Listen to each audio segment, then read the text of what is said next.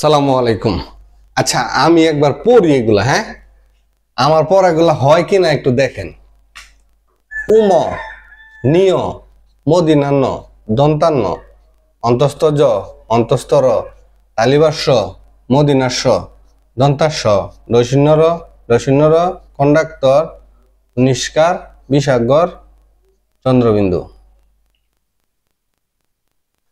হয় নাই না? হয় নাই, এটাই তো বলবেন।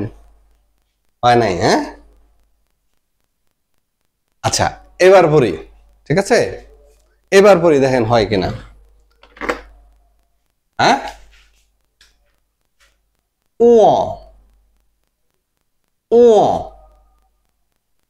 ইয়, মূর্ধন্য ন, দন্ত ন, অন্তস্থ জ, বয় বিন্দু র, তালব্য স, মূর্ধন্য স, দন্ত স, ডয় বিন্দু র, ঢয় বিন্দু র, খণ্ডত অনুস্বার অথবা অনুস্বর বিসর্গ চন্দ্রবিন্দু।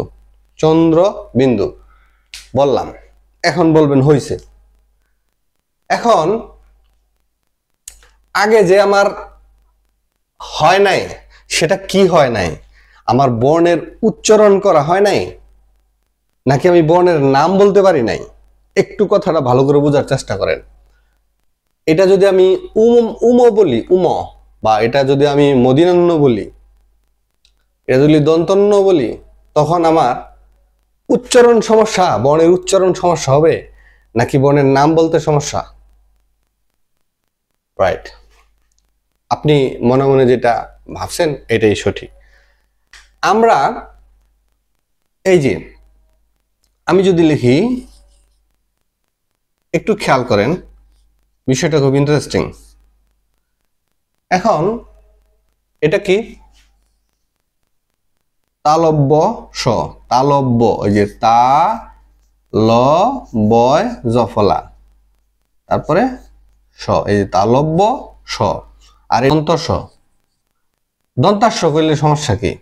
এটা মূলত এইখানে সমস্যা না, আমরা এটাকে কি বললাম এইটাতে কিন্তু সমস্যা না।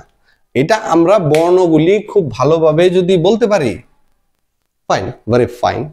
অনেকে এটাকে বলতেছে যে এটার উচ্চারণ হইলো এটা এটার উচ্চারণ হলো তালব্য স। এইটার উচ্চারণ, এই বর্ণের উচ্চারণ, এই বর্ণের উচ্চারণ তালব্য স। এইটার উচ্চারণ তালু থেকে যে স, স, স, এইটা হইলো এটার উচ্চারণ এই বর্ণের, আর এই বর্ণের নাম হইলো তালব্য স। এই বর্ণের নাম হইল তালব্য স, এই বর্ণের উচ্চারণ হইল স। এখন আপনি উচ্চারণ লেখা দেখাইতেছেন যে এটা হইলো তালব্য স, এটা হইলো মূর্ধন্য ন, মূর্ধন্য লিখতেছেন আপনি, মূর্ধন্য, মূর্ধন্য, তারপরে ন, এটা লেখা আপনি দেখাইতেছেন যে এই বর্ণের উচ্চারণ হইলো এটা। উচ্চারণ কি লেখা দেখানো যায়? উচ্চারণ লেখা দেখানো যায় না। হ্যাঁ, এইটা উ, ইয়, মূর্ধন্য ন, দন্ত ন, অন্তস্থ জ, বয়বিন্দু র, তালব্য স, মূর্ধন্য স, দন্ত স, ডয় বিন্দু র, ঢয় বিন্দু ঢ, খণ্ডত অনুসার বিসর্গ চন্দ্রবিন্দু। এই তিনটা স এর উচ্চারণ ভিন্ন করে করা আমাদের বাংলাদেশে, আমি যাদের কথাই শুনি, একদম টেলিভিশন মিডিয়া থেকে শুরু করে, সঙ্গীত শিল্পী থেকে শুরু করে, যারা খুব শুদ্ধ উচ্চারণে, কবিতা আবৃত্তি থেকে শুরু করে, মানে যাদের কাছে আবৃত্তিটা বা বর্ণের বা শব্দের সঠিক উচ্চারণটা খুব জরুরি, তারাও এই তিনটা স্বয়ের পার্থক্য খুব কম করে, রাইট? সেই সাথে এই যে এই র গুলা, র এর উচ্চারণটা এলাকা ভিত্তিক পার্থক্য হয়। যেমন এটা হচ্ছে র, হালকা র, অন্তস্থ র, আর এইগুলা একটু ভারী, মানে গাঢ় হয়। যেমন গাঢ়, অনেকটা ডর মতো, র আছে ঠিক আছে, বাট ওই যে গাঢ় এরকম, মানে এটার মতো উচ্চারণ হবে অনেকটা। হ্যাঁ, অনেকটা, এগুলো কঠিন। এই যে এই তিনটা র, এই র, এই র, এই তিনটা র এর উচ্চারণ পার্থক্য করা খুব কঠিন, রাইট? ঠিক তেমনি এই তিনটা স, এই যে স, এই যে স, এই যে স, এই তিনটা স এর উচ্চারণ পার্থক্য করা খুব কঠিন। আচ্ছা, এই দুইটা ন এর উচ্চারণ আপনি কিভাবে পার্থক্য করবেন? আমার মাথায় কোনোভাবেই ধরে না।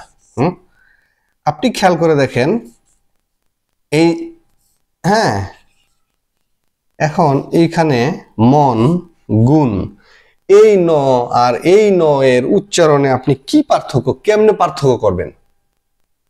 ঠিক আছে, খুব সূক্ষ্ম বিষয় এগুলা। এখন আমরা অনেকেই একটু মানে ইয়া করি এরকম যে এই নামগুলা লিখে আমরা বলি যে এগুলা সঠিক উচ্চারণ। এটা না ভাই, ওগুলার সঠিক উচ্চারণ এই বর্ণের নামগুলা হলো এরকম, তালব্য স, মূর্ধন্য স, দন্ত স, এগুলা। কিন্তু উচ্চারণকে আপনি লেখা, উচ্চারণ ধ্বনি, সেটাকে আপনি লেখা প্রকাশ করতে পারবেন? ওটা সাউন্ড শুনেই তো হবে, মানে ধ্বনি তো শব্দ, এটা তো মানে লিখিত রূপ হইলে তখন বর্ণ, লিখিত রূপ হইলে তখন এটা বর্ণ হয়ে যায়। হ্যাঁ, আর বর্ণ তো আপনি এটা বর্ণের নাম, আপনি যখন লিখবেন তালব্য স, তখন এই বর্ণের নাম হইলো তালব্য স, যে বর্ণের উচ্চারণ আপনার মুখে ইয়া করতে হবে, রাইট? সো আশা করছি এই যে এই বিষয়গুলা এগুলা আমরা যখন বাচ্চাদেরকে পড়াই তখন এই বর্ণের নামগুলা বলে দেওয়াটা তার চেয়ে অনেক বেশি জরুরি হচ্ছে এইগুলার উচ্চারণটা ক্লিয়ার করে দেয়া। এবং বাচ্চাকে যখন আপনি বানান শিখাবেন তখন এটা আপনার তালব্য স, এটা দন্ত স আকার, তালব্য স দন্ত স আকার, এভাবে বলবেন, পারবে না। আর যখন বলবেন স যে এটা বলবেন স, এটা হইলো সা, কারণ স এর সাথে আকার দিলে সা হয়। এটা আপনি যখন কার চিহ্ন শেখাবেন তখনই তো সে শিখছে। তাহলে এটা যদি স আর এটা যদি সা হয়, স সা, রাইট? সো এই জিনিসগুলা, আমাদের মূল জিনিসগুলা মাথায় রাখতে হবে, ঠিক আছে? তাহলে আমরা নিজেরাও কনফিউশনে পড়বো না, বাচ্চারাও কনফিউশনে পড়বে না। সো ক্লাসটা কেমন লাগলো অবশ্যই কমেন্টে জানাবেন। আর এই ধরনের ভিডিও পেতে পেজটা ফলো দিতে পারেন, চ্যানেলটা সাবস্ক্রাইব করতে পারেন। দেখা হচ্ছে নেক্সট ভিডিওতে। আল্লাহ হাফেজ।